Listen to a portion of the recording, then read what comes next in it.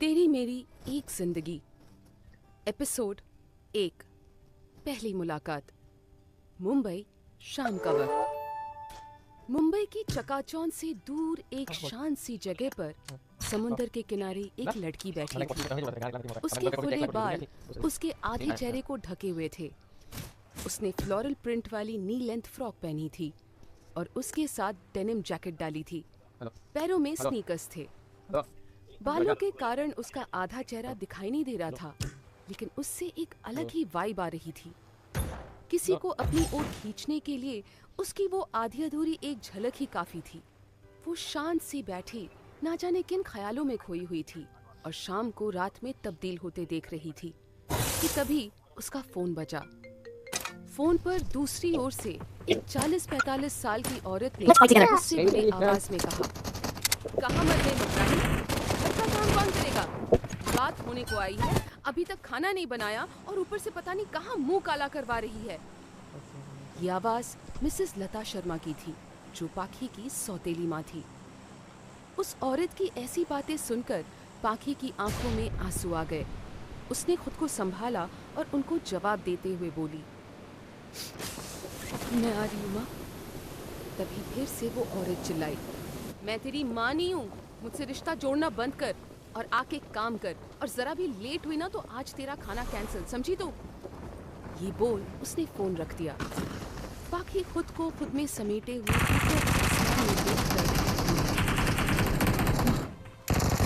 अब क्यों चली गई मुझे छोड़कर? थोड़ी देर बाद वो उठी और घर की तरफ निकल गई। जब वो घर पहुंची तो मिसेस शर्मा उस पर भड़क गई। उन्होंने अपने हाथ में एक छड़ी ले रखी थी।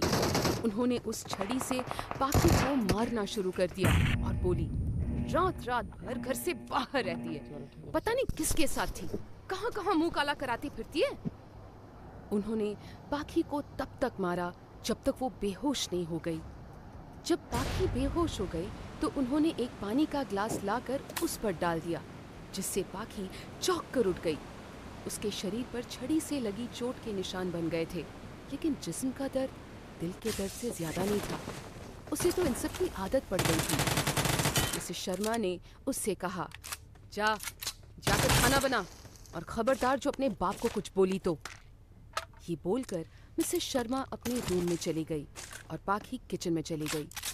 पाखी ने अपने दर्द को बर्दाश्त किया और घर का सारा काम करके बिना कुछ खाए अपने कमरे में चली गई। उसने खुद को कमरे में लॉक किया और रोने लगी। रोते रोते ही उसकी आंख लग गई, पर तभी उसका फोन बजा। ये कॉल मिसेस शर्मा की बेटी अनाया का था। अनाया एक निहायती बेशरम लड़की थी। वो और उसकी माँ पाखी को परेशान करने का एक भी मौका नहीं छोड़ती थी। जब पाखी ने अनाया का कॉल देखा तो फोन उठा लिया। उधर से अनाया ने रोने जैसी आवाज में कहा, दीदी मुझे बचा लो प्लीज। पाखी को नहीं पता था कि अनाया नाटक कर रही है। उसने घबराते हुए पूछा, तुम कहाँ हो अनाया? अनाया बोली, मैं स्टार नाइट क्लब में हूँ, यहाँ कुछ लोग मुझे परेशान कर रहे हैं। पाखी को अनाया का नाटक भी सच लगा और उसने कहा, मैं भी आ रही हूँ, तुम डरना मत। हाँ, ये बोलकर पाखी ने फोन रख दिया। Star night club. अनाया ने अपने नकली आंसू पोंछे और चेहरे पर शातिर मुस्कान लाते हुए अपने सामने खड़े आदमी से बोली, वो आ रही है, आज की रात ऐश करो। फिर अनाया ने अपने बैग से एक पाउच और कुछ पैसे निकालकर एक वेटर को दिया और उसे पाखी की फोटो दिखाते हुए बोली, जब ये लड़की आए तो उसे ये जूस में मिलाकर पिला देना, कोई गड़बड़ नहीं होनी चाहिए। वेटर ने पैसे और पाउच लेकर कहा, जैसा आपने कहा वैसा हो ही जाएगा। ये बोलकर रिवाइव करो यार मुझे कोई। थोड़ी देर बाद पाखी क्लब में पहुंच गई। उसने जाकर अनाया को ढूंढा, लेकिन उसे वो कहीं नहीं मिली। थक हार कर वो वहीं पर एक टेबल पर बैठ गई। उसे अनाया की चिंता हो रही थी। तभी वो वेटर आया और उसकी टेबल पर जूस का ग्लास रख कर चला गया। पाखी काफी थकान महसूस कर रही थी, इसीलिए उसने बिना सोचे वो जूस पी भी लिया। थोड़ी ही देर बाद ड्रग्स ने अपना असर शुरू कर दिया। पाखी का सिर घूमने लगा और उसे पसीना आने लगा। जब अनाया ने पाखी को देखा तो उसके होठों पर एक शातिर मुस्कान आ गई। वो उसे लेकर एक प्राइवेट रूम में चली गई पाखी को होश नहीं था। उसे लग रहा था मानो उसके पूरे बदन में आग लगी हुई थी। अबे अनाया ने उसे ले जाकर एक रूम में छोड़ दिया और चली गई। फिर उसने एक आदमी को कॉल किया और बोली, आ जाओ, काम हो गया है। ये बोलकर उसने कॉल कट किया और नफरत भरी आवाज में बोली, प्यारी बहना, आज के बाद तुम किसी को मुंह दिखाने के लायक नहीं रहोगी। और ये बोलते वक्त अनाया के होठों पर एक जहरीली स्माइल थी। अंदर रूम में पाखी अभी भी दर्द से तड़प रही थी। ड्रग्स का नशा उसे बर्दाश्त नहीं हो रहा था। फिर पाखी अपनी पूरी हिम्मत जुटाकर उठ गई और रूम से बाहर निकल गई। पाखी जैसे तैसे आगे बढ़ रही थी कि तभी लड़खड़ाकर गिरने को हुई। उसने हाथ से दीवार का सहारा लेने की कोशिश की, लेकिन हाथ दीवार पर ना जाकर किसी दरवाजे के हैंडल पर लगा। पाखी ने उस हैंडल को कसकर पकड़ा तो दरवाजा खुल गया। पाखी ने जैसे तैसे करके खुद को बेड तक पहुंचाया और जाकर बेड पर गिर गई। तभी एक शख्स वॉशरूम से बाहर निकला। वो शख्स कोई और नहीं बल्कि the business king mister Amitabh Singh Rathore था। जब उसने अपने बेड पर किसी लड़की को देखा तो गुस्से में उसकी भौहें तन गई। वो उस लड़की की तरफ बढ़ा ही था कि उसे पाखी की दर्द भरी आवाज सुनाई दी, प्लीज हेल्प। पाखी बस इतना ही बोल पाई थी। उसका पूरा शरीर पसीने से तर था। जब अमिताभ ने उसे ऐसे देखा तो वो तुरंत उसके पास पहुंच गया। अमिताभ ने अभी अभी शावर लिया था और इस वजह से वो सिर्फ टॉवल में था। उसकी हाफ नेकेड बॉडी पर अभी भी पानी की बूंदें थी जो उसकी टोन्ड चेस्ट और एब्स से होकर लुढ़क रही थी। अमिताभ ने पाखी के गालों को थपथपाते हुए कहा, hey hey, look at me, who are you all right, what happened? लेकिन पाखी को कुछ सुनाई नहीं दे रहा था। जब अमिताभ ने पाखी को छुआ तो वो पाखी को बहुत ठंडा लगा। पाखी ने खुद को उसके चेस्ट से लगाकर कहा, तुम बहुत ठंडे हो, प्लीज प्लीज ऐसे ही रहो। अमिताभ तो बस उसे देखे जा रहा था। आज तक उसने कई सारी लड़कियां देखी थी, लेकिन पाखी जैसी सुंदर लड़की नहीं देखी थी। पाखी का बादामी रंग, उसकी 5 फुट 3 इंच की हाइट और तीखे नैन नक्श उसे बहुत खूबसूरत लग रहे थे। पाखी की हालत देखकर अमिताभ समझ गया कि उसे ड्रग्स दिए गए हैं और वो भी बहुत हाई डोज में। अमिताभ ने तुरंत अपने दोस्त को कॉल किया जो डॉक्टर था और उसे पूरी सिचुएशन बताई। उधर से डॉक्टर ने कहा, देखो अमित, तुम उसे ठंडा शावर दो, हो सकता है वो नॉर्मल हो जाए। अगर ऐसा नहीं हुआ तो फिर एक ही ऑप्शन बचता है। अमिताभ ने गुस्से से कहा, विदित, बातें मत घुमाओ, जल्दी बोलो क्या करूं, वो बेहद दर्द में है। विदित ने जब अमिताभ की टेंशन भरी आवाज सुनी तो बोला, अगर वो नॉर्मल नहीं हुई तो उसकी जान को खतरा हो सकता है। जिस टाइप के सिम्टम्स तू बता रहा है उससे ये लग रहा है कि किसी ने उसके साथ जबरदस्ती फिजिकल रिलेशंस बनाने के लिए उसे वो ड्रग्स दिए हैं। ये सुनकर अमिताभ शॉक्ड हो गया और बोला, तो अब मैं क्या करूं? विदित ने उसे शांत करते हुए कहा, उसे शावर दिला, तब तक मैं पहुंचता हूं। ये बोलकर विदित ने फोन रख दिया। अमिताभ ने पाखी को देखा जो अभी भी उसके सीने से लगी थी। उसने पाखी को उठाया और वॉशरूम में ले जाकर शावर के नीचे खड़ा कर दिया। पाखी पूरी तरह से होश में नहीं थी, इसीलिए वो अभी भी अमिताभ के सीने से लगी हुई थी। अमिताभ ने भी उससे दूर जाने की कोशिश नहीं की। उसने शावर ऑन किया और पाखी के साथ भीगने लगा। पाखी दर्द में कराह रही थी कि तभी अमिताभ ने अपने हाथ उसकी कमर पर रखे तो उसकी चीख निकल गई। साथ ही साथ उसकी आंखों में आंसू आ गए। जब अमिताभ ने ये नोटिस किया तो पाखी को घुमाकर उसका टॉप हल्का सा ऊपर करके देखा। पाखी को काफी चोट के निशान थे।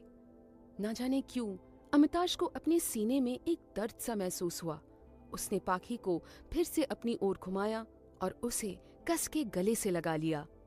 थोड़ी देर बाद उसे लगा कि पाखी ने हलचल बंद कर दी है। उसने उसकी तरफ देखा तो पाखी बेहोश हो चुकी थी। अमिताभ ने पाखी को अपनी बाहों में उठाया और अपनी सेक्रेटरी कम दोस्त को बुलाकर पाखी के कपड़े बदलने को कहा। सेक्रेटरी ने पाखी के कपड़े बदलने के बाद बाहर आकर कहा, अमित। अमिताभ ने कहा, हाँ एनी, क्या हुआ? तो एनी बोली, उसकी बॉडी पर जगह जगह चोट के निशान हैं, जैसे उन्हें मारा गया हो। ये सुनकर अमिताश की मुट्ठी कस गई। उसने एनी से कहा, मुझे इसकी पूरी डिटेल्स निकाल कर दो और विदित आ जाए तो उसे भेज देना। और ये बोलकर अमिताश वापस रूम में आ गया। अमिताश अपने रूम में आया तो बेहोश पाखी को देखकर बेड पर उसके पास बैठ गया। वो एकटक पाखी का दर्द से पीला पड़ा चेहरा देख रहा था। पाखी को ऐसे देखकर उसके दिल में एक टीस उठी। उसने पाखी के गालों को सहलाते हुए कहा, कौन हो तुम? ये मैं पता लगा लूंगा, पर तुमसे मेरा रिश्ता क्या है? क्यों मैं तुम्हारी ओर खिंचा आ रहा हूँ? आज तक ना जाने कितनी ही लड़कियों ने पास आने की कोशिश की, लेकिन तुम पहली हो जिसके करीब मैं खुद रहना चाह रहा हूँ। वो ये सब सोच ही रहा था कि तभी किसी ने रूम नॉक किया। अमिताश ने उठकर डोर ओपन किया तो सामने विदित खड़ा था। उसे देखकर अमिताश बोला, तुम्हें काफी टाइम लग गया आने में। विदित बोला, अरे भाई, मुंबई के ट्रैफिक ने जान निकाल दी मेरी। अमिताश ने उसकी बात सुनकर इंटरेस्ट ना लेते हुए कहा, छोड़ ये सब और इसे एग्जामिन कर। विदित अंदर आया तो पाखी को बेड पर लेटे हुए देखकर बोला, अमित, तू सच सच बता, कहीं तूने इसके साथ? इससे पहले कि विदित पूरी बात बोलता, अमिताश टोकते हुए बोला, तू बकवास बंद कर साले, बचपन से जानता है तू मुझे, बेस्ट फ्रेंड है, फिर भी तू ये बोल रहा है।